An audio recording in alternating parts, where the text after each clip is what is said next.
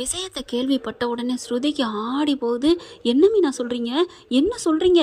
முத்து அந்த மாதிரி காரியம் பண்ணியிருக்க மாட்டார். அதுவும் போய் போய் நீத்து கை காலை உடைக்கிறதும் அவங்க ஹோட்டலில் இந்த மாதிரி பண்ணுறதும் அதெல்லாம் கண்டிப்பாக நடக்காது. இது எங்கேயோ தப்பு நடந்திருக்கு அப்படின்னு ஸ்ருதி சொல்கிறாங்க. அப்பாடா நீங்களாவது நம்புறீங்களா ஸ்ருதி அப்படிங்கிறாங்க. இப்போ என்ன பண்ணுறது, அதான் ஒன்றும் புரியலை ஸ்ருதி. உன் புருஷன் வந்து ரவி இப்படி பேசுவார் நான் நினைக்கவே இல்லை. வந்து சட்டையை பிடிச்சி அந்த கேள்வி கேட்டார். அவன் என்ன மடையனா? அந்த நீத்துன்னு சொல்லி நான் எவ்வளவோ சொன்னேன். எங்கள் அம்மா அப்பவும் சொன்னாங்க அவன் பேச்சை கேட்காத, அவள் பின்னாடி போகாதன்னு. அவள் வேணாம் நீத்து பின்னாடி போக வேணாம், அந்த ஹோட்டலுக்கே வேணான்னு சொன்னாங்க. கேட்டாரா அப்படின்னு சொல்லிட்டு டக்குன்னு என்ன பண்ணுறாங்க, கிளம்புறாங்க. அவங்க அம்மா பார்த்துட்டு எங்கடி போகிற, ஐயோ பெரிய பிரச்சனைம்மா, என்னம்மா சொல்கிற அப்படிங்கிற நடந்ததெல்லாம் சொல்கிறாங்க. என்ன இது இந்த முரடை முத்து ஏன் அந்த போய் அந்த பிள்ளைய அடிக்கணும், அந்த ஹோட்டலில் போய் நொறுக்கி தீ வைக்கணும், ஏமா எதுக்கு இவன் இப்படிலாம் பண்ணுறான், நான் தான் சொன்னேன்ல அவன் ரவுடின்னு. அம்மா என்ன நீ பேசிகிட்டு இருக்க, அப்படியே அவர் பண்ணாலும் அவர் பண்ணியிருக்க மாட்டார், அப்படியே பண்ணியிருந்தாலும் யாருக்காக, எனக்காக தானே பண்ணியிருக்காங்க. இதெல்லாம் உங்களுக்கு புரியுதா புரியலையா அப்படின்னு இங்கே ஸ்ருதி கத்திட்டு கிளம்புறாங்க. எங்கடி போகிறேன், எனக்காக அவர் எவ்வளோ கஷ்டப்பட்டு பேர் கெட்டு போய் நிற்கிறாங்க, நான் இப்படி இருக்க முடியுமா, நான் ஒன்றும் சுயநலவாதி இல்லைம்மா அப்படின்னு கிளம்புறாங்க. வேகமாக போகிறாங்க. வீட்டுக்கு போகிற நேரம் கரெக்டாக போலீஸ் வந்துடுது. போலீஸ் போயிட்டு உள்ளார முத்து எங்க அப்படிங்கிறாங்க. எதுக்கு அப்படின்னு அண்ணாமலை விஜய் எல்லாரும் பதட்டத்தோட கேட்க, இந்த மாதிரி ஒரு பொண்ணை அடிச்சு நொறுக்கீங்க, ஹோட்டலில் நொறுக்கி இருக்கிறீங்க, தீ வச்சிருக்கீங்க, எப்படிங்க உங்களை நாங்கள் விட முடியும் அப்படிங்கிறாங்க. ஐயோ அப்படிலாம் நாங்கள் பண்ணவே இல்லை அப்படின்னு மீனா முத்தும் சொல்கிறாங்க. அண்ணாமலை இங்கே பாருங்க, யாரோ பண்ணிட்டு என் புள்ள மேலே பழிய போட்டிருக்காங்க, அந்த பிள்ளையா தாங்க தனக்கு தானே பண்ணிக்கிடுச்சு அப்படிங்கிறாங்க. இங்கே பாருங்க கம்ப்ளைண்ட் வந்திருக்குங்க, உங்கள் மயன் அங்கே மிரட்டிட்டு வந்திருக்கான், எல்லாம் ஆதாரத்தோடு இருக்குது, எல்லாம் சொல்கிறாங்க, கிளம்புங்க அப்படிங்கிற கரெக்டாக ஸ்ருதி வருது. நிறுத்துங்க அப்படின்னு சொல்லிட்டு, யாருங்க கம்ப்ளைண்ட் கொடுத்தது, யார் கொடுத்தது, அந்த பொம்பளை வேணுக்குனே பண்ணிட்டு இருக்கா, முத்து அப்படி பண்ணியிருக்க மாட்டாரு அப்படின்னு அடித்து சொல்கிறாங்க. மீனா ஓடி வந்து ஸ்ருதியை கட்டிக்கிறாங்க. அழுகாதீங்க மீனா, எனக்கா நீங்கள் இப்போ இறங்கி போய் இப்படி ஆயிடுச்சு, நான் ஒருத்தி அங்கே போய் இருந்துட்டு மன்னிப்பு கேட்கணும்னு அவளை நினச்சேன் பாரு, மனசாட்சியே இல்லாதவே நான் மன்னிப்பு கேட்டது தப்பு தான் அப்படிங்கிறாங்க. இங்கே பாரு பழகுறோல, நீயாவது நம்புறிய, இங்கே பாருங்க முத்து, நீங்கள் அந்த அளவுக்குலாம் நொறுக்கிற அளவுக்கு கேவலமானவர் இல்லை. ஒருத்தவங்க கெட்டு போயிருந்தா அவங்களுக்கு நல்லது செய்யணும்னு நினைக்கிறவர் நீங்கள், அப்படிப்பட்டவர் எப்படி இந்த மாதிரி ஒரு காரியத்தை பண்ணுவீங்க, நான் நல்லா உங்களை பற்றி புரிஞ்சு வச்சிருக்கேன் முத்து, நீங்கள் அப்படிலாம் செஞ்சிருக்கே மாட்டீங்க, உங்களால் ஒருத்தவங்க நல்லா இருக்கணும்னு நீங்கள் நினைப்பீங்களா ஒழிஞ்சு, சார் இங்கே பாருங்க சார் அவர் அப்படிலாம் பண்ணலை அப்படிங்கிறாங்க. அம்மா நீ யாருமா நீ அப்படிங்கல, நான் ரவியோட ஒய்ஃபு அப்படிங்கிறாங்க. அந்த பொண்ணு தான் என் புருஷன் மேலே ஆசை வச்சுட்டு இப்படிலாம் பண்ணுச்சு. ஏம்மா இது என்னது இப்படி ஒரு கதை போகுது, சரி ஏதோ வந்தாலும் நாங்கள் கைது பண்ணுறோம் அப்படின்னு முத்து அரெஸ்ட் பண்ணுறாங்க. ஐயோ இல்லைன்னு எவ்வளோ கெஞ்சிட்டே வராங்க. இதாங்க கால கொடுமைங்கிறது, நல்லவங்களுக்கெல்லாம் டக்குன்னு கெட்டது நடக்குது, கெட்டவங்களுக்கு கொஞ்சோன்னு கெட்டது நடக்குது, அப்புறம் நல்லதான் நடக்குது. இப்போ பாருங்க ரோஹிணிக்கு வந்த வாழ்க்கையை இந்த டைரக்டருக்கு ஏன் தான் இந்த ஓர வஞ்சனன்னு தெரியல. அதோட கைது பண்ணி உள்ளார கொண்டே அடைச்சி போட்டுறாங்க. ஓடுறாங்க பின்னாடியே அண்ணாமலை மீனா நம்ம ஸ்ருதியுமே. நீங்கள் கவலைப்படாதீங்க முத்து, நானாச்சு உங்களை வெளியில் கொண்டு வருவேன் அப்படின்ட்டு சபதம் விட்டுட்டு வராங்க ஸ்ருதியும் மீனாவும். நேராக போயிட்டு பார்த்தா நீத்திக்கிட்ட போய் பேசுகிறாங்க. ஏன் நேத்து உனக்கு கொஞ்சம் கூட இதே இல்லையா, அப்படியா இருப்பார் முத்து, நீ ஏன் இப்படி பண்ணியிருக்கிற அப்படின்னு ஸ்ருதி கேட்க, நான் என்ன பண்ண முடியும், மிரட்டிட்டு போனார், அதுக்கு இங்கே பாரு எவிடன்ஸை அப்படின்னு மொபைல் எடுத்து காமிக்கிறாங்க. என் ஆள் தான் எடுத்திருக்காங்க. நடிக்காத, நீ தான் எடுத்திருக்க, ஏய் நீ என்ன கிறுக்காடி அப்படின்னு சொல்லிட்டு எவ்வளோ ஸ்ருதி சொல்கிறாங்க. அவர் அப்படிப்பட்டவர் இல்லை, நீ என்ன நினச்சிட்டு இருக்க, பாவம் தெரியுமா அப்படிங்கிறாங்க. அதெல்லாம் எனக்கு தெரியாது, நான் பாட்டுக்கு சும்மா உன் புருஷனை என்னை லவ் பண்ண சொன்னேன், நான் விரும்புகிறேன்னு தான் சொன்னேன், ஆனால் அது பொறுக்காம உன் குழந்தை பொண்டாட்டி அனுப்பி விட்றேன், உன் குழந்தை நான் அனுப்பி விட்றேன், ஆண்டவன் வச்சான் பற்றி ஆப்பு, என்ன நினச்சிட்டு இருக்க, எனக்கு இந்த ஹோட்டல் போனால் பெருசு இல்லை, நாங்கள் இன்சூரன்ஸ் பண்ணியிருக்கோம், அதை கிளைம் பண்ணிக்கிறோம், எனக்கு ஒரு மாதம் ஆஸ்பத்திரி இருந்தாலும் போதும், ஆனால் ஒன்றை விட மாட்டேன்டி, நீ எப்படியெல்லாம் பேசின அப்படின்னு சொல்லிட்டு இருக்கல, உன் வீட்டு ஆளுங்களை அடித்தோன்னா உனக்கு வலிக்குதா, இங்கே பாரு நீத்து, நான் உன்னை சும்மா விட மாட்டேன், அவர் பண்ணலைங்கிறத நான் நிரூபிப்பேன், நிரூபிடி என்ன பண்ண போகிற, ஆனால் நீயே தான் வேணுக்குனே பண்ணியிருக்கேன்னு எனக்கு சந்தேகம் வருது அப்படின்னு சொன்னோன்னே, என்னடி கிறுக்கா நீ, எனக்கு எதுக்கடி அந்த புத்தியெல்லாம், நான் அப்படிலாம் பண்ணலை, உன் குழந்தை தான் சொன்ன மாதிரி பண்ணியிருக்கான், நீ முடிஞ்சால் கோர்ட்டுக்கு போய் பார்த்துக்க அப்படின்னு சொல்லிடுறாங்க. பார்த்துக்கிறேன் அப்படின்ட்டு இங்கே ஸ்ருதி என்ன பண்ணுறாங்க, வேகமாக வர்றாங்க. மீனாவையும் கூட்டிக்கிறாங்க. இருங்க மீனா இப்போ என்ன பண்ணலான்னு மண்டையை போட்டு பிச்சுக்கையில், ஏன் ஸ்ருதி பாவம் இல்லையா அவர் எந்த தப்புமே பண்ணலை, அவர் அடித்து சொல்கிறாரு பண்ணலைன்னு. ஐயோ மீனா எதுக்கா இதெல்லாம் சொல்கிறீங்க, எனக்கு தெரியும் முத்து அப்படி பண்ணியிருக்க மாட்டார் அப்படின்னு சொல்லிட்டு அந்த பக்கம் போகிறாங்க. ஹோட்டல் பக்கத்தில் சுற்றி பார்க்குறாங்க, ஏதாவது கேமரா இருக்கான்னு கரெக்டாக ஒரு கேமரா பார்த்துடுறாங்க. ஆஹா அப்படின்னு சொல்லிட்டு வேகமாக அங்கே போகிறாங்க. சார் ப்ளீஸ் சார் அப்படின்னு சொல்லிட்டு, அது ஒரு சின்ன ஜெராக்ஸ் கடை தாங்க, அதில் வச்சுருக்காங்க. இல்லைங்க எங்கள் ஓனர் வந்தால் திட்டுவார், ப்ளீஸ் எங்கள் வாழ்க்கையே இருக்குது அப்படின்னு மீனா அழுகுறாங்க. ஸ்ருதியும் கெஞ்சுறாங்க, இந்த மாதிரி நடந்திருக்குங்க, ஒன்றுமே நாங்கள் பண்ணலைங்க அப்படிங்கிறாங்க.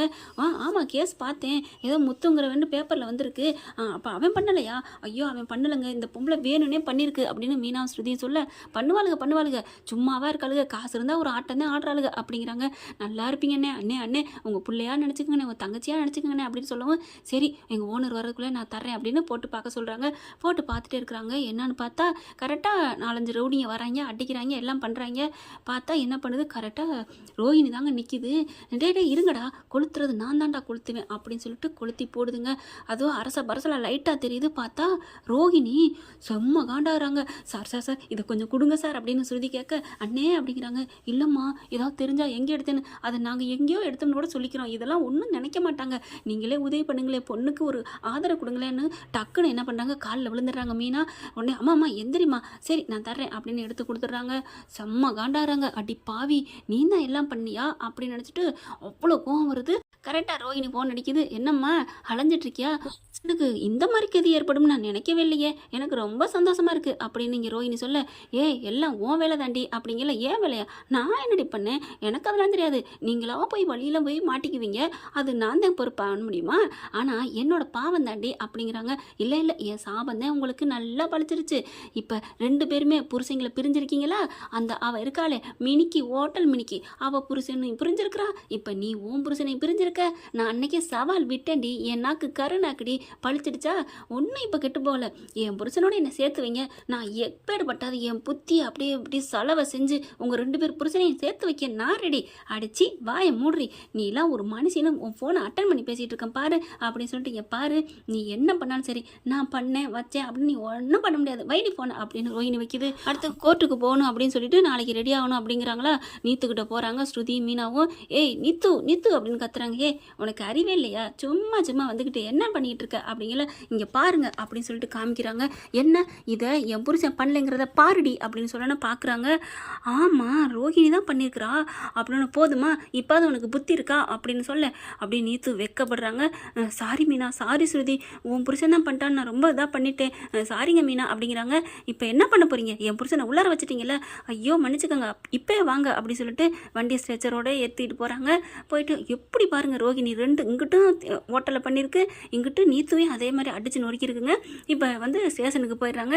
போயிட்டு முத்து மேலே எந்த தப்பு இல்லைன்னு சொல்லிட்டு கம்ப்ளைண்ட் எழுதி கொடுத்து வாபஸ் வாங்குறாங்க. எழுதின கொடுத்ததை அப்படியே நீத்து வந்து மன்னிச்சுக்கோங்க முத்து, மன்னிச்சுக்கோங்க மீனா அப்படிங்கிறாங்க. அதுக்கப்புறம் ஸ்ருதிக்கிட்டே என்னை மன்னிச்சிருங்க, தெரியாமல் இப்படி நடந்துட்டேன், ஐயோ பாவம் எந்த தப்புமே பண்ணாமல் உங்கள் மேலே இப்படி பண்ணிட்டேனே அப்படிங்கல. ஸ்ருதி நான் தான் எல்லாத்துக்கும் காரணம், என்னை மன்னிச்சிருங்க அப்படின்னு சொல்லிட்டு மன்னிப்பு கேட்குறாங்க. அந்த ஹோட்டலே எனக்கு இல்லாமல் பண்ணிட்டாலே பாவி அப்படிங்கிறாங்க. இப்போ என்ன பண்ண போகிறீங்க, நான் கம்ப்ளைண்ட் கொடுக்குறேன் அப்படின்னு அந்த ஆதாரத்தை கொடுக்குறாங்க அந்த நீத்து போலீஸ்காரங்கிட்ட. போலீஸ்காரங்க என்ன பண்ணுறாங்க, ஓ இந்தளவுக்கு இந்த அம்மா பண்ணியிருக்கா, இது சரியான கில்லாடியாக இருக்கும் போலக்கே அப்படின்ட்டு, வாங்க இப்போ போய் கைது பண்ணுவோம் அப்படின்ட்டு போகிறாங்க. போயிட்டு அந்த அம்மா என்ன பண்ணுது, வெளியே ஜாலியாக வெளியில் வருது. கோர்ட்டுக்கு போவாங்க, ஏதாவது பண்ணணும் அப்படின்ட்டு வரையில் கரெக்டாக போய் குபுக்குன்னு பிடிக்கிறாங்க. ஐயோ யார் நீங்கள் என்ன அப்படிங்கல, அதுக்கு லேடிஸ் போலீஸ் தாங்க போகுது. என்னடி யார் நீங்கள் என்னன்னு கேட்குற, உன் மாமியாடி அப்படின்னு 4 அடி கொடுக்குறாங்க. என்ன அப்படிங்கல, என்ன என்ன எல்லாம் உன் வண்டவாளம்லாம் கிழிஞ்சிருச்சு, பாவண்டி அந்த முத்து மேலே பழி போட்டிருக்க, ஒரு ஹோட்டலே க்ளோஸ் பண்ணியிருக்க, எத்தனை பேரோட பொழப்பு இருக்குது தெரியுமா, பாவம் அந்த பொண்ணு இங்கே பாரு வீல் சேரில் உட்கார வச்சிருக்கிற அப்படின்னு அந்த அம்மா வந்த கான்ஸ்டபிளை அடிக்கிறாங்க.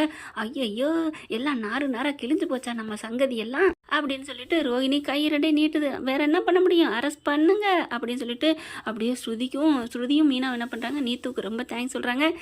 ரொம்ப சந்தோஷப்பட்டுக்காதீங்கடி, நான் ஒருத்தி, நீ என்ன ஃபினிக்ஸ் பறவை எந்திரிச்சு வருவேன்னு சொல்ல போறியா, அப்படியே சொல்கிறாளே அப்படின்ட்டு ரோஹிணி என்ன பண்ணுது, இல்லடி நான் அப்படி இல்லடி, நான் மார்க்கண்டேன்டி, எனக்கு என்றைக்குமே அழிவு இல்லடி, வருவேண்டி, வந்து பேக் டு அப்படின்னு உங்களை ஆட்டி வைப்பேன்டி, ஏன்னா இந்த டைரக்டர் என்னோட ஆல்ரெடி அப்படின்ட்டு ரோஹிணி போகிறாங்க. அதுக்கப்புறம் வீட்டுக்கு வந்துடுறாங்க. வீட்டுக்கு வந்துட்டு பார்த்துக்கோங்க என் புருஷன் எந்த தப்பும் பண்ணலன்னு நிரூபித்து கூப்பிட்டு வந்திருக்கேன் அப்படின்னு மீனா சொல்கிறாங்க. அண்ணாமலை அப்படியே அசந்து போய் நிற்கிறாங்க. மீனா நீ என் பிள்ளைக்கு கிடைச்ச வாழ்க்கையில் கிடைச்ச புதையல்மா அப்படிங்கிறாங்க. விஜயா பார்க்குது.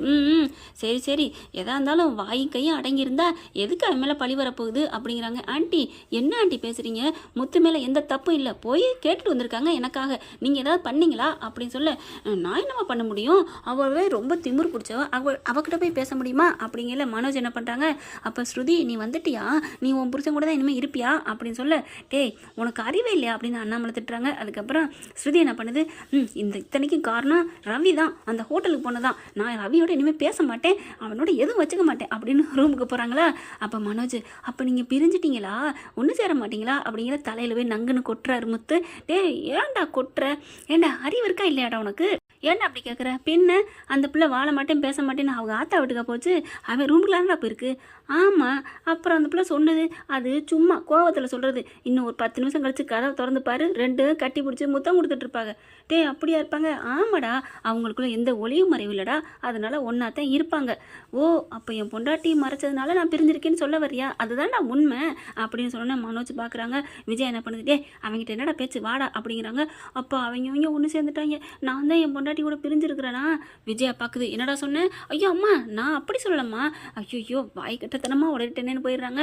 அப்புறம் உள்ளுக்க முத்து சொன்ன மாதிரி போனகையோட ரவி போயிட்டு படார்னு ஸ்ருதி காலில் விழுந்துறாரு. என்னை மன்னிச்சுக்கொண்டு, நான் வந்து உன்னை மன்னிக்காமல் கோவமாக இருக்கிறதுக்கு காரணம் நீ இந்த மாதிரி பிரச்சனை பண்ணக்கில்ல.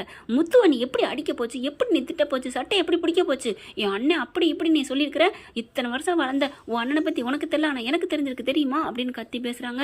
அதை அப்படியே வெளியில் கேட்டுட்டு பூரிச்சு போகிறாங்க மீனாவும் முத்தும். பரவாயில்ல மீனா, ரொம்ப நல்ல பழக்குறல், நல்ல பிள்ளையா இருக்குல்ல அப்படின்னு இருக்கிறாங்க. இந்த வீடியோ உங்களுக்கு பிடிச்சிருந்தா தயவு செய்து லைக் பண்ணுங்க. இன்னும் அப்டேட்ஸ்க்காக சேனலை சப்ஸ்கிரைப் பண்ண மறக்காதீங்க. நம்ம கிட்ட இருக்க எல்லா சேனல்ஸோட லேட்டஸ்ட் வீடியோ அப்டேட்ஸ்க்காக மேல ரைட் சைடுல காட்டுற லிங்கை கிளிக் பண்ணி வாட்ஸ்அப் குரூப்ல ஜாயின் பண்ணுங்க. உங்களிடம் விடைபெறுவது நான் உங்கள் மெஹர்.